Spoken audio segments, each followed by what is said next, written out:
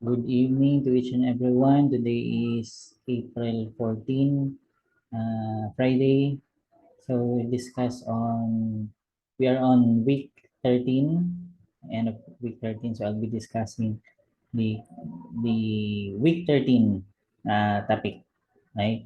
So let me share my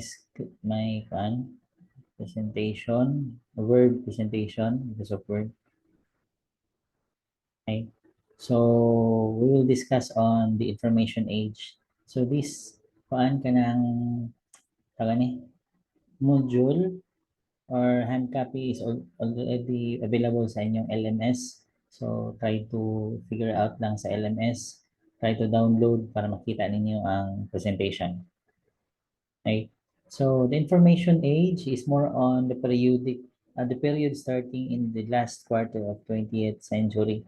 So, ano siya pinaka-standard, pinakauna nga mga information age. Okay? Information age is a true new age upon the interconnection of computers via telecommunications with this information system operating on both real-time and as-needed basis. So, it is convenience and user friendliness ang goal sa information age. Okay? So, that is according to James Messenger, The Theory of Information Age of 1982. Right? So the history, more on history, the table below shows the traces and the history emergence of information age as of according to United States of America, the history. So, di na ko isa-isahon.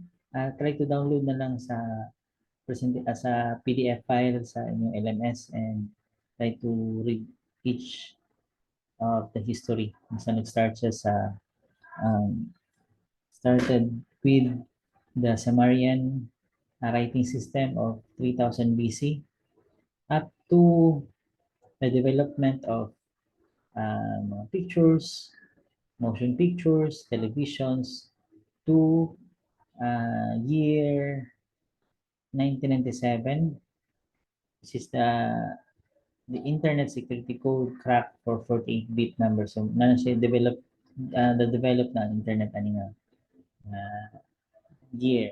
Right? So, try to figure out na lang kung sa nga mga date, year, and what is happening on that year sa information age. Okay? So, sa evolution of man and evolution and information, if you can figure out, mas upgraded na ang tao from according to, I think, Karl Marx man siguro to, isa to, from monkey, from apes. Okay? So, hangtod sa nahimong tao, and if you can observe, ang ilang mga gadgets na ginagamit is mas nag-equip, mas nag-upgrade to the last part na ng-computer na yun ang tao. Right? So as man evolved, information and its dissemination has also evolved in many ways. So here are some of the kanang the mga factors affecting evolution of information. So we have information anxiety, according to Richard Wurman, the author of Information Anxiety. It is between what we understand and what we think we should understand under sa technology. Yun naman ko yung mga technology is, ano lang ta ka ng um, kabalutan nga si computer, inani si computer, and kaya niya inani, kaya niya inana. But that is what we call, what we think we should understand. And it's different from what we understand yun.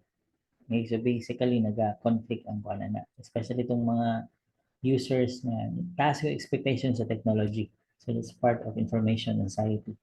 Right? So the year 1990s, information became currency in the business world. Information was the preferred medium of exchange and information. Managers serve as information officer. Okay? And develop products, mass produce, and unspecialized and become overload with it. Okay? So, muna siya nga information overload based on daghan na jud kayo siya og kanang ani mga data and technologies. So the truth of the information age, according to Robert Harris, so the first, information must complete. So there is need for information to stand out and be recognized in the increasing clutter. Okay, so that is information complete. So dapat, kung kabalot na computerized, dapat complete ang information. Newer is equated with truer. So, the more nga bago, the more siya nga tinuod. Right? This fact or value can endure if uh, talking about the truth. Okay? Number three, selection is viewpoint. Choose multiple sources for your information if you want to receive a more balanced view of reality. So, it depends on you kung unsang information imong gusto lang i-acquire nimo. For instance, nakay balita nga gusto nabalaan sa ABS-CBN lang kamo tanaw, di kamo tanaw sa ubang channel. So basically, it's your viewpoint. So as recommended, you look for multiple sources of information in order for that specific news na mabalance siya on its reality, the pros and cons of the news. Okay? Number four, the media sells what the culture buys. So in other words, information is driven by culture priorities. Kung unsay tanaw sa mga tao nga ang unsay tanaw sa media nga mo ni sold out sa tao mo pwede lang balik-balikan. For example lang kaning mga salida sa TV karon sa mga teleserye, mas uso ang mga kabit-kabit, di ba? Legal wife, ang sa lain channel, mas uso po ng mga fantasies, mga magical, mga tawag ni ka ng ancient na mga magic. Okay? So, it's because of the culture of the society nga mas ilab sa society. Nang dito sila mo banat ang mga media. Other one is the early word gets the perm. So the first media channel to expose an issue often define context, terms, and features surrounding it. So muna siya usahay nga unahan na ang mga news reporter. It's because kung kisa itong pinakauna nga nag-report, siya ang mas nag-excel. Siya ang mas tinuod. Kumbaga. Okay? So, siya mga expose nila. The next is what you are what you eat and so in your brain. So do not draw conclusions unless all ideas and information are presented to you. Okay, so kung for example lang, katong katong babae, girlfriend niya, gikulata siya sa police na iyang boyfriend. Daghang mga issues ato kung asa lapit ang unsay tinuod nga balita. Based ako sa ako lang nadungog. According ato nga ang babae daw ang sala ato. It's because wala daw nagtug-an si babae nga married siya. So wala kabalo si police nga boyfriend police na married ang babae mo gikulata siya. That's according to what I have read. Pero according po sa uban akong mga students, baliktad daw si police daw ang married tapos si babae daw ang wala nakabalo. So it's up to us kung asa ang kuan kay it's sa ako ang part mao lamang po tong ako ang na dungog nga balita. So basically mo to'y tinuod para sa ako. Okay, so it depends on the news nga imong nadungog. So what you are what you eat and so in your brain. Okay? So 7, anything in great demand are counterfeited. So the demand for incredible knowledge, scandals, and secrets is ever present. Hence, many events are fabricated by tabloids, publicists, or in other agents to information fraud. Okay, so the more na demand, the more siya nga posibleng ma-alter. Okay? Ang uso karon is about kay Tevis, di ba? So, nalay nilanding nga helicopter sa Mawag, ila dayang gikuan nga Si Tevez na daw to. Without knowing, ang today is kanang flight trial lang guys siya. Murag bago ang helicopter, ipalupad lang murag trial mode lang nana. So that's part of anything in great demand are counterfeited. Number 8, ideas are seen as controversial. So it is almost certainly impossible to make knowledge not find some supporters and some detractors. So kung sa tong unique na idea, so basically naghan siya mga controversies. Undead information walks ever on. So rumors, lies, and disinformation and gossip. Okay, so sa pagka-abot sa social media, bisan kinsa na lang ang muhatod sa balita. So basically, dili na gid siya inana ka realistic ang balita. Number 10, media present creates the story. Presence creates the story. People have behaved much differently from the way they would of being filmed when the media are presented, specifically film, news, or television media. So kung saan itong ipakita sa media, kung saan itong i-presents niya, so that creates the story para sa imuha and more for the imuhang tuuhan. The medium selects the message. Like, so television is mainly pictorial, partial oral, and slightly textual. So the visual stories are emphasized. Compare sa radio, which is imo lang madungog and mag-agad lang ka sa imagination. Right? So the whole truth is pursued.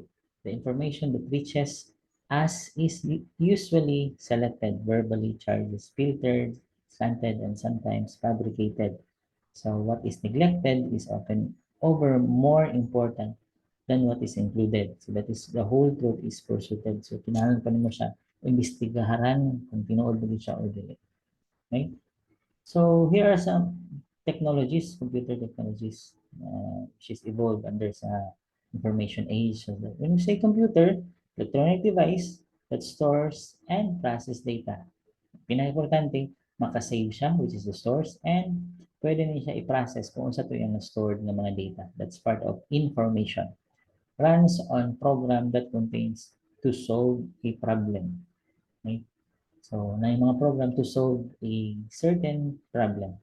So, we have types of computer. First is the personal computer. This is paano ka ng mga karaan ng personal computer mo. Yung pinakaunang computer, personal computer ang tawag, or microcomputers, which is smaller scale.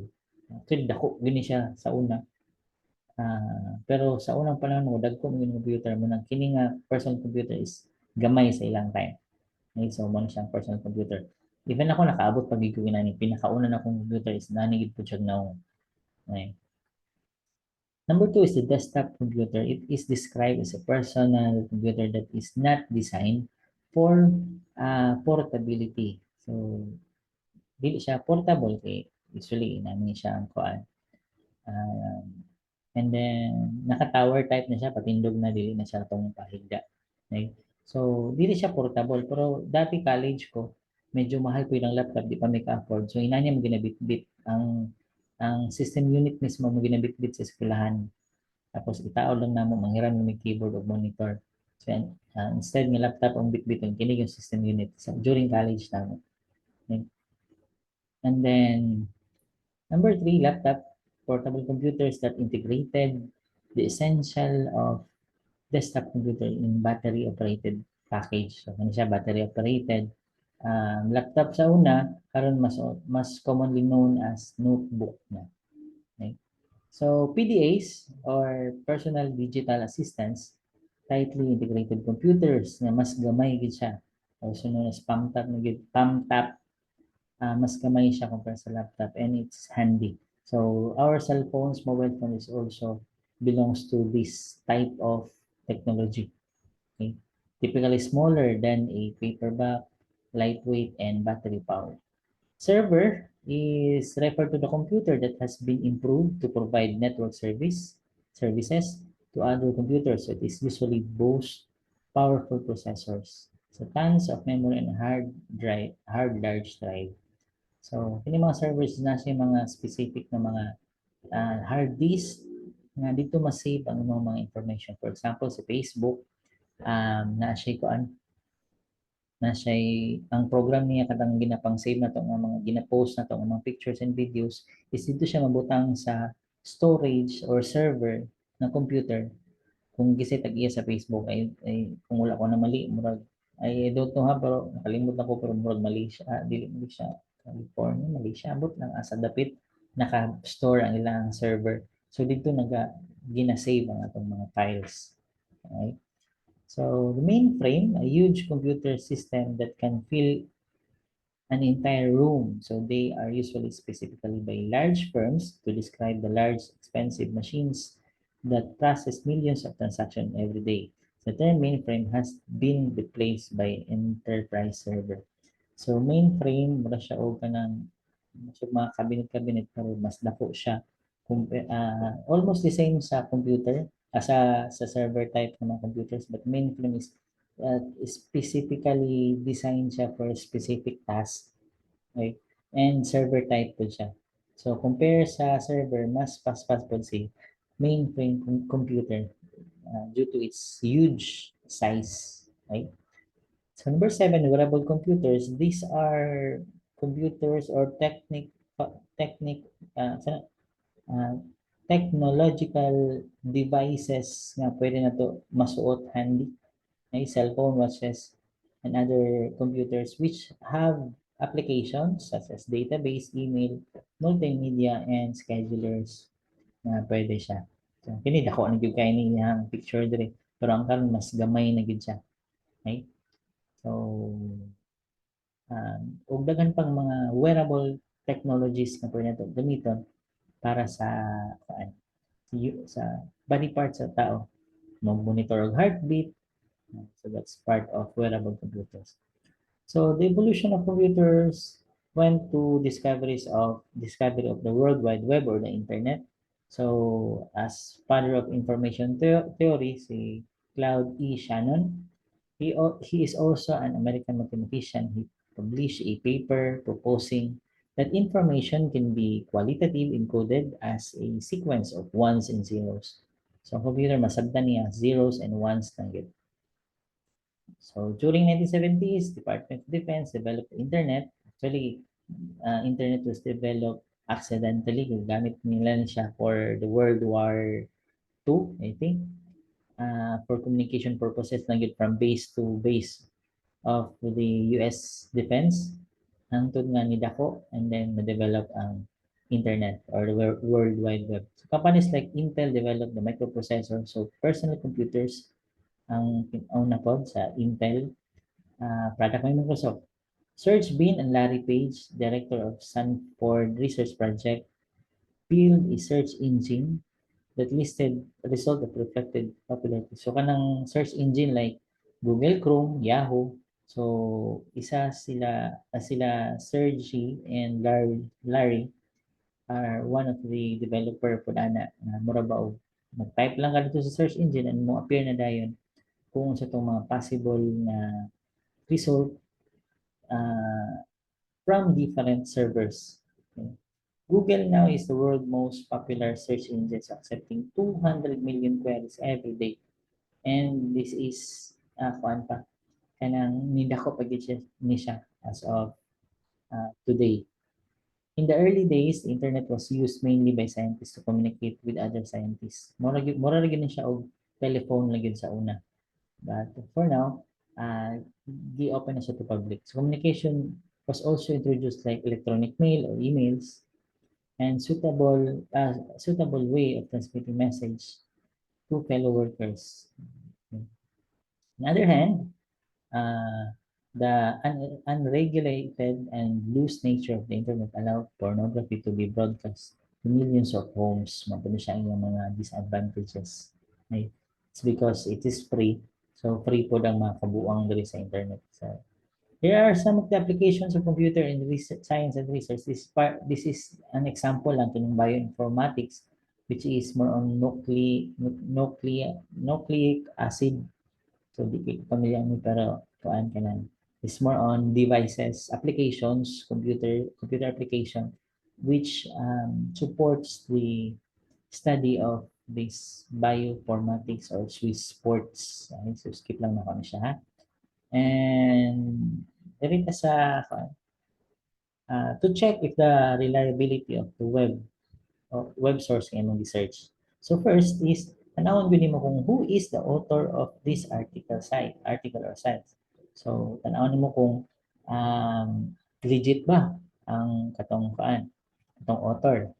For example, mag-declare nga walay klase. So kinsa man gyud ang dapat nga mag-declare. So posible nga si part siya sa DepEd nga website or government website sa mutuan ng mga organizations lang. Okay. So, who published the site? So, how to find out? So, imo na siya tan-awon kung asa gikan ang website. Kung unsa siyang domain gikan. For example, sa search domain, we have edu.com, mil, gov, org. So, edu, educational, commercial, military. Ano. So, for example, mag-declare nga, walay klase karong 21 kay end of Ramadan, I think. Ano. Okay. So, kana siya, kung mag-announce sila, kinsa man gyud mas tuuhan na to, asang website sa mas katuuhan. So, di sa educational ba, sa edu ba, sa .com ba, sa .mil ba, sa gov ba, or sa org. So, probably, since entire country siya, so probably ang information na realistic yun, reliable is gikan siya sa .gov or sa government. Okay, so may na. What is the main purpose of the site? So ngano gi-develop ang site? Ano sa purpose niya? Okay? Who is the intended audience and what is the quality of information kung reliable ba siya? So muna mong tanawon kung realistic ba ang saka source of information. So here are some example of the reliable web sources. So ginan ako isa-isahon, kamalingan ko ano niya, medyo pagdaghan mo siya good. And mga facts lang siya. Okay? So, to sum it up, nowadays, information could be shared or transferred quickly. People are becoming more interested in sharing information about themselves. Various aspects of our society are also being influenced by the information age, especially communication, economic, industry, health, and environment. The rapid upgrade of information poses both positive and negative impacts to our society. So therefore, we need to carefully check our motives before disseminating information, and we need also to verify information before believing them and using them and sharing them. So we should share information that could help improve our lives and others. So kato before technological aspects sa technology dili gid always gid siyang 100% nga accurate. Again, it depends on the publisher, the media, kung sa ipa-display or ipahatag nila sa tuwa. All we need to do is to verify the information if it is tinuod siya or not. Okay? So that ends with the presentation, the discussion.